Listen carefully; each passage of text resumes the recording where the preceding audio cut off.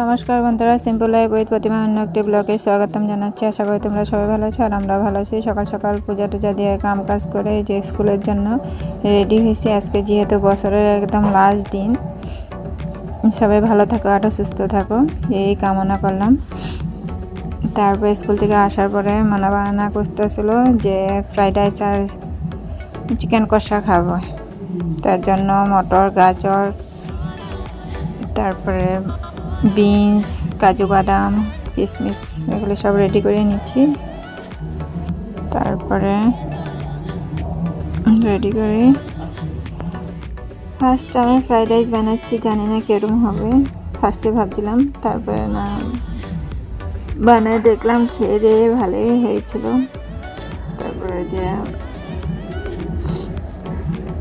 এই দেখো সবজিগুলি কড়াইতে ভেজে নিয়েছি। সবগুলি সবজি ভেজে নেওয়ার পরে গাজর, বিনস, মটর, তারপরে ঘি দিয়ে ভাজার পরে যে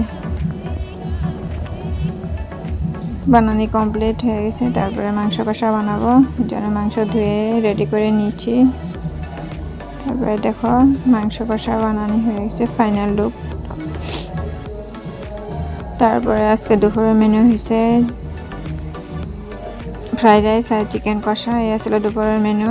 তারপরে খাওয়া দাওয়া করে কয়টা মালা বানাচ্ছিলাম। এই দেখো, ভিডিওটি ভালো লাগলে লাইক কমেন্ট আর শেয়ার করে দিও। টাটা, কালকে আবার দেখা।